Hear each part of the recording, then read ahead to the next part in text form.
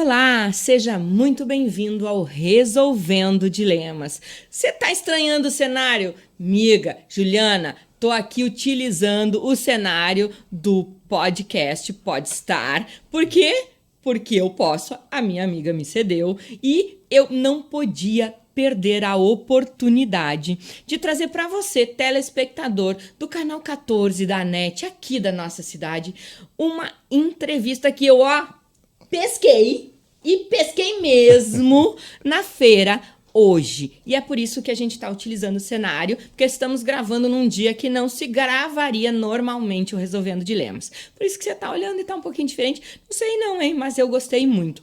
Eu quero dizer para vocês que eu consegui trazer na agenda apertadíssima desta pessoa, tá? Para participar do nosso programa, porque quando ele me contou o que ele faz lá em Manaus, miga, baixa aí, baixa o fogão, bota mais água no feijão e senta para ouvir, porque realmente eu conheci o Otacílio Júnior, uma pessoa incrível que faz um trabalho de ambiente e social em Manaus e veio conhecer algumas soluções aqui no Brasil e trazer em Bento Gonçalves e trazer um projeto que eles tiveram aprovação também. Mas ele que vai contar tudo isso.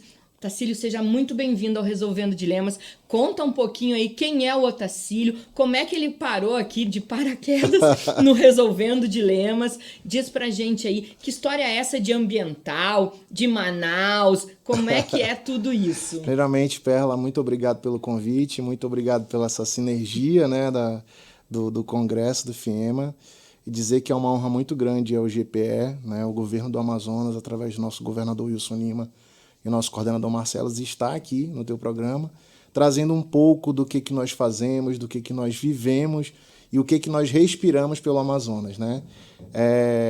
Eu sou Otacílio, eu trabalho dentro da unidade gestora de projetos especiais lá de Manaus, da UGPE, há 7 anos, né? A minha formação eu sou engenheiro florestal, né, por formação, e um amante da natureza, né? Alguns colegas falam assim que eu sou o Chico Mendes, que eu abraço as árvores, né?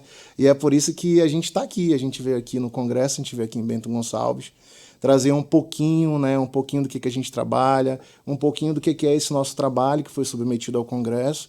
E 2 trabalhos foram aprovados, né? Então é um orgulho grande vir da Amazônia, trazer um pouco do sistema de gestão socioambiental e o que se faz no interior do Amazonas com a iluminação pública, já com o novo formato, né, da sustentabilidade ambiental do nosso planeta. Que legal.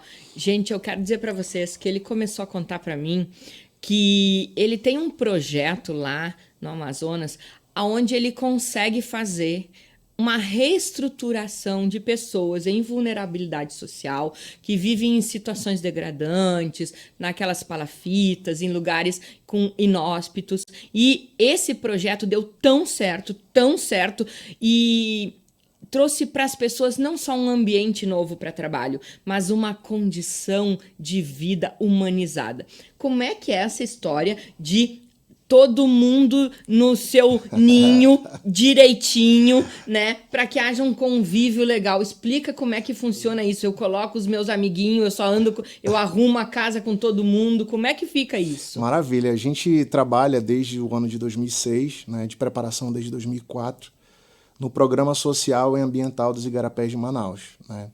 E esse programa é um programa de requalificação urbanística, né, social e ambiental, daquelas áreas de vulnerabilidade, áreas de palafitas na cidade, onde a gente retira essas pessoas e dá uma condição de moradia digna para elas, sendo a construção de um habitacional, devolvendo o valor empregado de investimento por essas famílias. Enfim, tem uma série de soluções de moradia, né, para a gente trabalhar no contexto do programa. Eu vou só te pedir um parênteses aqui. Alan, migão, bota o vídeo aquele que o Otacílio me deu para o pessoal entender um pouquinho mais como é que acontece tudo isso.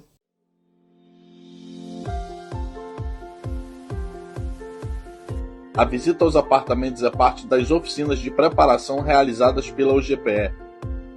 O evento foi dividido em 2 fases. Na primeira, os beneficiários receberam informações sobre o habitacional, a brigada de incêndio, o uso de equipamentos de áreas comuns.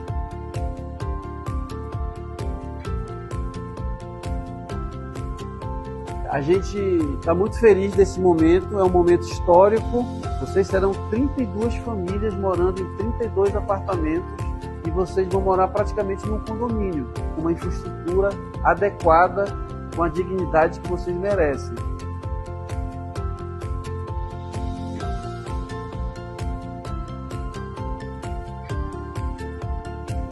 Na segunda fase da oficina, os beneficiários foram recebidos pelos gestores da UGPE e da SUAB e puderam escolher o apartamento em que vão morar. Eu estava comentando um pouco antes de vocês chegarem aqui, como essa obra elevou todas as unidades habitacionais que já foram entregues anteriormente.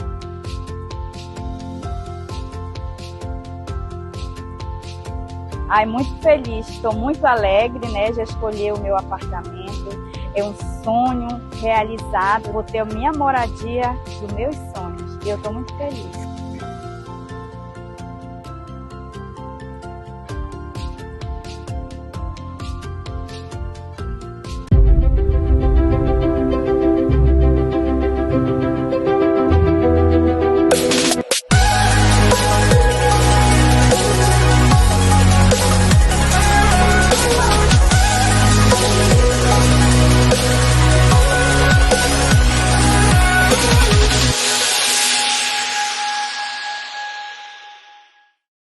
Conta pra gente, porque o pessoal, agora que olhou esse vídeo, que entendeu o que você está dizendo, como é que isso reflete no dia a dia dessas famílias? Como é que elas hoje se sentem valorizadas? Porque aqui a gente tem vários projetos urbanísticos onde se tira pessoas de situações análogas à pobreza ou à dificuldade e coloca elas em ambientes.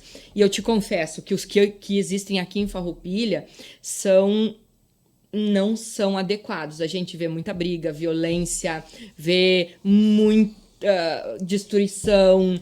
Muitos dos prédios aqui que tem este perfil, como você mostrou no vídeo, eles no fim hoje são utilizados pelo tráfego, né? Cartéis, ele não é uma moradia digna. Como é que vocês conseguiram fazer isso que apareceu aqui agora? Maravilha, é todo feito um trabalho social muito forte, né, pra gente chegar ao longo dessa estrada aí, mais de 16 anos de programa. Todas as vezes que a gente indica uma área de trabalho, é feito todo um programa de preparação. Então, nesse processo, a gente faz todo um levantamento, todo um cadastro socioambiental daquelas atividades, socioeconômico, e aí a gente fica monitorando. Então, assim, existe uma série de oficinas trabalhadas ao longo da preparação desse programa, em que faz com que a gente tenha esses resultados muito exitosos aí ao longo da vida do Prosamin. Eu me lembro que nos bastidores você me contava um pouquinho dessas ações que não é só construir, né? Não é só construir. Construir é o background, é o último passo, né? A principal motivo da nossa existência é começar pelas pessoas e terminar pelas pessoas. Então, assim, a gente trabalha com todo... a maior razão é a parte social e a parte ambiental do programa. O processo construtivo de construção de praças, construção de equipamentos, ele é muito a reboque do que é levar dignidade para as pessoas e levar um ambiente saudável. E vocês constroem, eu vou chamar, me corrija se estiver errado, porque a leiga aqui sou eu, né?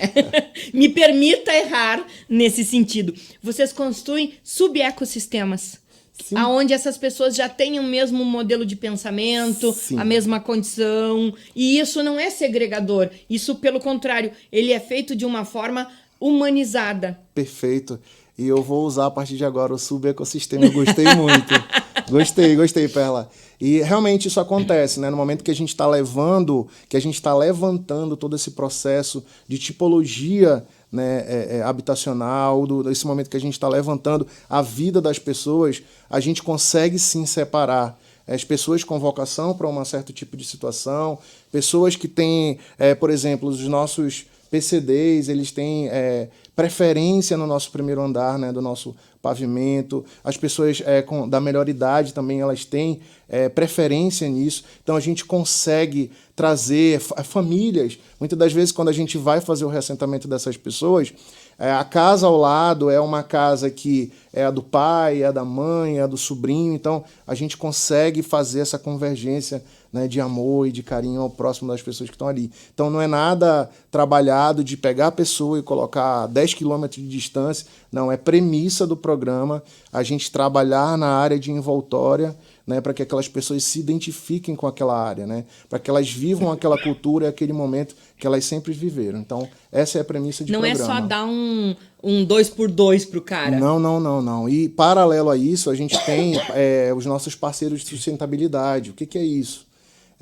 Muitas das vezes a gente tira essas pessoas de algumas locais de submoradias que sequer elas estão acostumadas com o trânsito, elas estão acostumadas a levar suas crianças, né? Elas estavam acostumadas naquele processo de palafita. Então, as estradas delas eram os rios e as estradas eram as passarelas em madeira. Então, a gente chama os parceiros de sustentabilidade, como, por exemplo, o Detran, e ele vai e ministra palestras, né, sobre educação ao trânsito. A gente ministra também palestras quanto à questão de manter os apartamentos. Isso é muito importante, né? É manter o apartamento. Então, as pessoas precisam saber como é que troca uma torneira, como é que troca uma placa, né, do piso.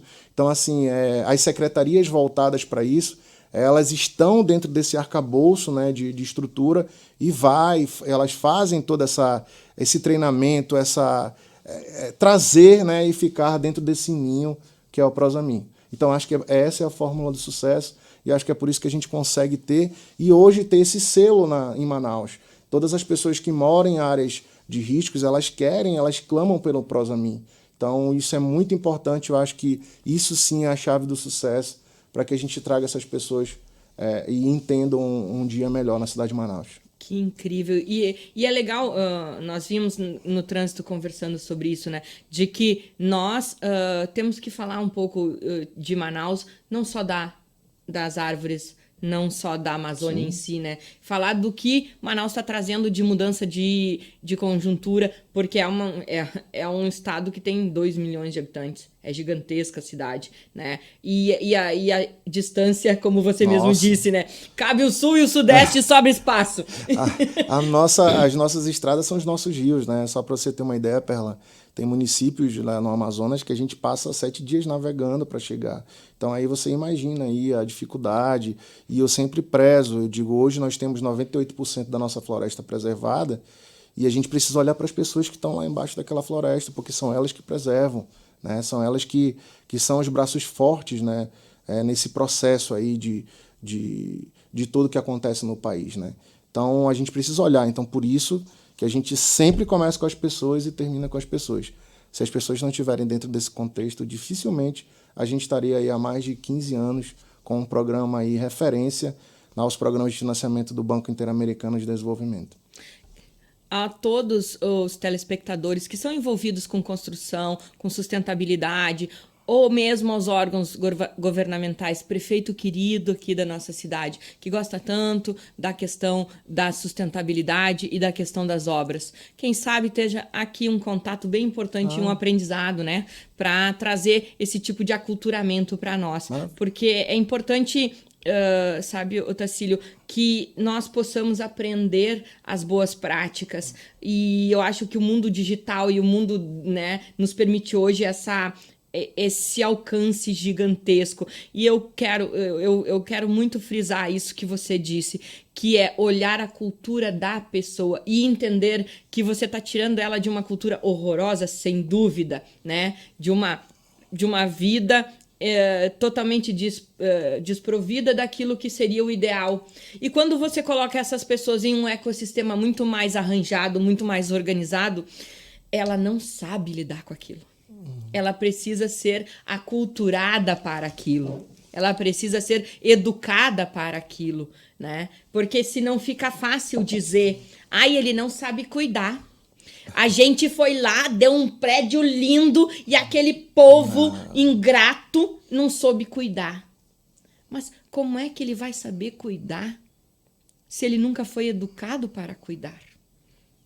Então a gente precisa olhar para as pessoas como elas são, entendendo as dores delas e tendo empatia para isso, né? A gente costuma dizer que as pessoas são os nossos beneficiários, né? São os nossos maiores clientes. Então, assim, não adianta a gente fazer um super apartamento, uma super praça, se não for para as pessoas. Então, elas precisam estar sempre em primeiro lugar. Isso é muito, muito importante. E não é um discurso político, tá? A gente aqui adora política. Eu acho que todos nós precisamos ser educados politicamente, entender e aprender com as melhores ações políticas. Acho que o governo ele não tem condições de fazer nada sozinho, que a sociedade é responsável e em conjunto...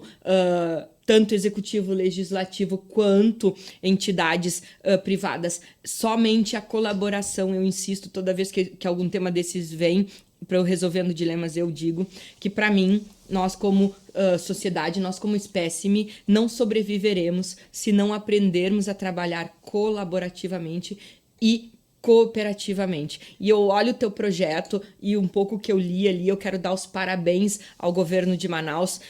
Não vou recordar os nomes aqui agora, mas fica aqui os meus parabéns, porque a gente não tem... Nosso território é tão grande, o Brasil é tão grande, que a gente acaba, às vezes, indo buscar em Portugal uma solução dessas, indo buscar na Irlanda uma solução dessas, né? Enquanto tem ali. Eu fico muito feliz com esse teu posicionamento, Perla, porque assim, nesse processo de congresso, né, nesses dias imersos aí de congresso, a gente pôde perceber que a gente veio de tão longe, né? Imagina, a gente passou o dia inteiro voando para chegar aqui, né? Chegar em Bento Gonçalves, e ver que a gente está muito conectado com o que o Brasil fala, a gente está muito conectado com mudanças climáticas, a gente está muito conectado com questões de gênero, né? A gente está muito conectado com a ODS, então é muito gratificante vir aqui e eu coloco aqui à disposição, né, todos os nossos amigos técnicos da UGPE. Eu tenho certeza que o nosso coordenador Marcelo também está de prontidão aberta, a gente recebe muitos amigos do Brasil, para entender um pouco do que é o sistema de gestão socioambiental, como ferramenta, como aplicabilidade nas obras. Eu acho importante, a gente viu muita coisa interessante nesse congresso. O como a gente reaproveita o saco de cimento. São coisas simples que as pessoas estão olhando, mas que o cotidiano está deixando passar, entendeu? E isso tem um impacto. Então a gente vem muito feliz de lá e vai muito feliz de lá também.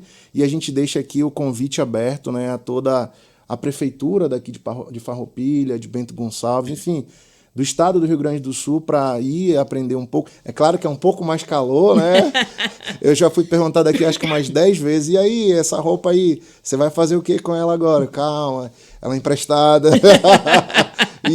Mas é caloroso, mas... será uma grande satisfação receber todos vocês lá e apresentar o que é o Programa de Saneamento Integrado da cidade de Manaus. Olha, eu tô assim encantada com tudo que tu tá trazendo. Tenho certeza que é muito importante, principalmente para nós aqui da TV Cidade, que fazemos matérias, que fazemos uma publicidade e todo um conteúdo consciente.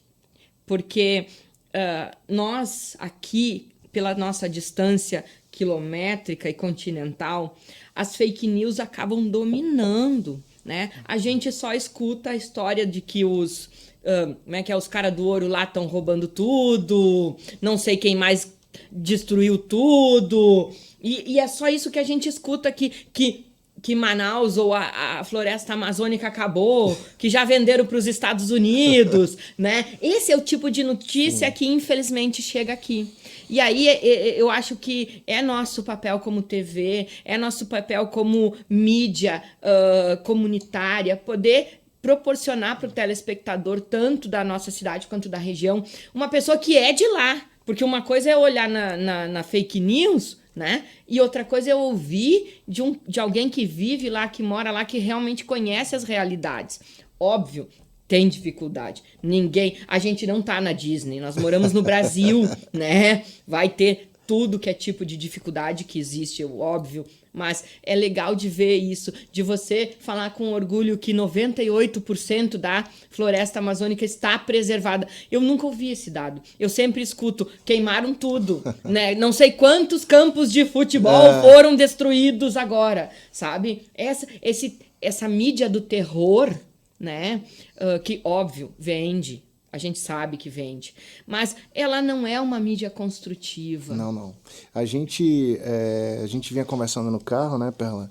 E é importante a gente frisar isso, a importância da nossa Zona Franca de Manaus, né, de manter os empregos para toda aquela gente que mora naquela cidade, de ter um papel de preservação também, né, de incentivos toda aquela gama de indústria que está lá.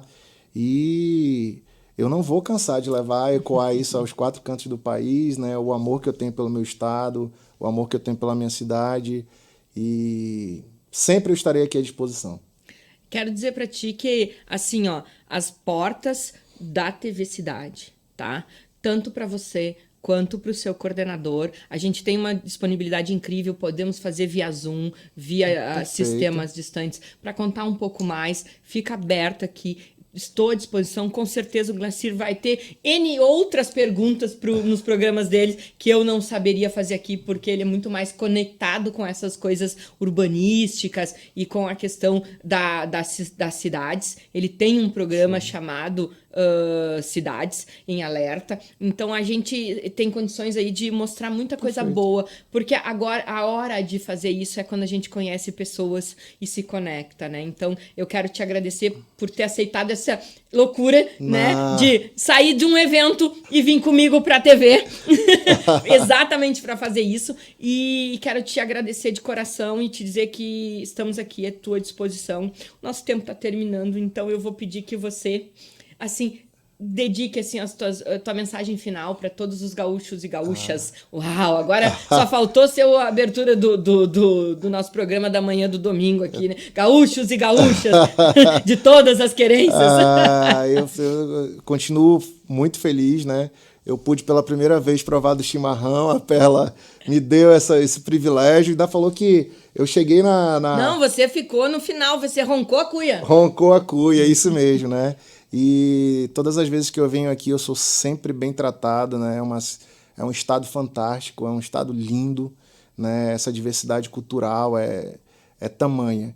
E eu quero agradecer aqui mais uma vez o espaço e dizer que o Governo do Amazonas está de portas abertas para receber todos vocês lá. Tenho certeza que essa matéria, essa entrevista com o nosso coordenador, eu falo por mim, já pode ser realizada, né? Que a gente tem mesmo entendimento, a gente segue muito as diretrizes do nosso coordenador. E com certeza vai ser um prazer gigante ele apresentar o que é o Amazonas.